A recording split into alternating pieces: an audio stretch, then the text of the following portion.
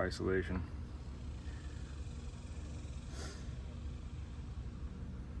We're moving into an age where everyone is an individual brand. Like every single person is expected to develop their brand,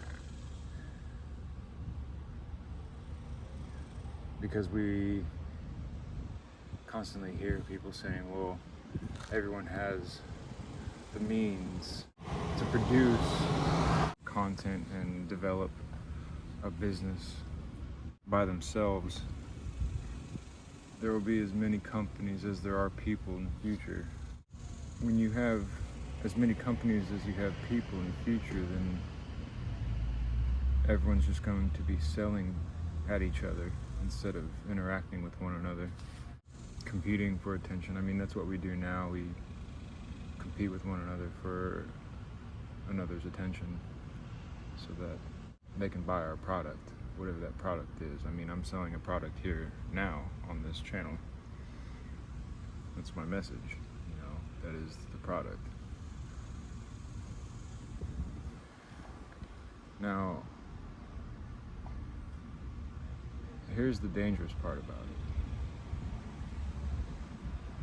We're being accustomed to sell at each other rather than interact with one another. We're being trained to do that as a normal way of life, as the status quo. It's replacing the fundamental action of being social. This digital landscape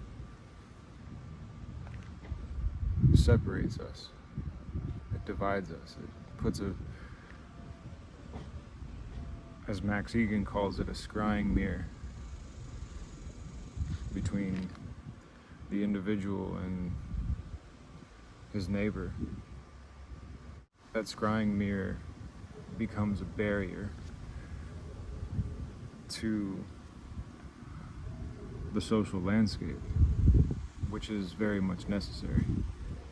We need social interaction to thrive. I just watched a video that talked about how a person is 3 times more likely to develop PTSD from social isolation.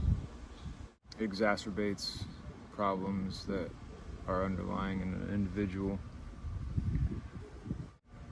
where there's a person down. And if we can be contained within this barrier built by the scrying mirrors, then we can be contained without walls. A prison without walls. I'm sure you've heard of this. I mean, we're already here. It's often talked about how we can't live in a world without digital technology, network digital technology. Whether or not it was created for this purpose, it has become a weapon system that we use against ourselves. I'm in a very unique position in life. I was drawn to an activity that was already cast away by society as being on the fringe. And I feel at home. My intimate space is the shared space of others. It belongs on paper to everyone but me, although I feel as though it belongs to me because it's where I find myself feeling most at peace. So I find myself in the streets.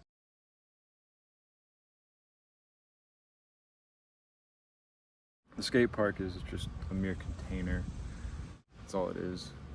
And it's being set up to, the surplus of skate parks is paving the way for a paywall to be installed for practitioners to use it. It'll be a way for people to flex their bank accounts. We'll soon find the thing that I'm doing today to be a thing of the past, although what I'm doing today, skateboarding in the streets, was how it came about. I mean, it's sidewalk surfing, is what it used to be called. Man attempts to produce an artificial version of something that is original.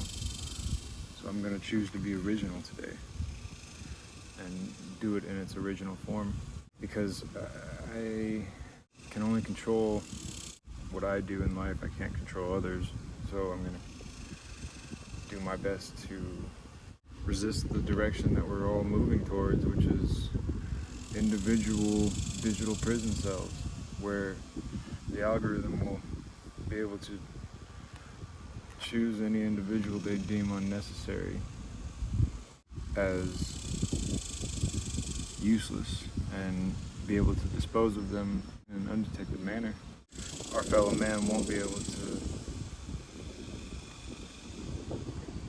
make direct connections between a person's demise and the external forces that have created the isolation they suffer. I'm used to isolation, and I feel like I've made it my home. I feel like I've been able to live comfortably in isolation, be at peace with it. Not only do I face the isolation of being in an activity that is on the fringe and is what a lot of industry figureheads are saying is a dying activity for many reasons. I'm also a follower of Jesus Christ, who the world hated, and I feel that hatred. Being in the world, I guess my duty is to uplift. So that's what I'm going to try to do today, is to resist the isolating barriers that are being built around us that we can't see but can detect. Because if I don't do that now, it will only get increasingly more difficult to do. I need to step out of the comfort zone of this cell without walls that I've created for myself and have also leaned into and made a home in. So let's go tear down these walls. The scene changes again, and a wild place appears, where a civilized young man wanders among the rocks, picking and sucking at some wild herbs. And when a fairy asks him why he is sucking these herbs, he responds that he feels an overabundance of life in himself, is seeking oblivion, and finds it in the juice of these herbs, but that his greatest desire is to lose his reason as quickly as possible, a perhaps superfluous desire. Suddenly, a youth of indescribable beauty rides in on a black horse, followed by a terrible multitude of all the nations. The youth represents death, and all the nations yearn for it. Finally, in the very last scene, the Tower of Babel suddenly appears, and some athletes finally finish building it with a song of new hope. And when they have built to the very top, the proprietor of, shall we say, Olympus flees in comical fashion, and quick-witted mankind takes over his place and at once begins a new life with a new perception of things.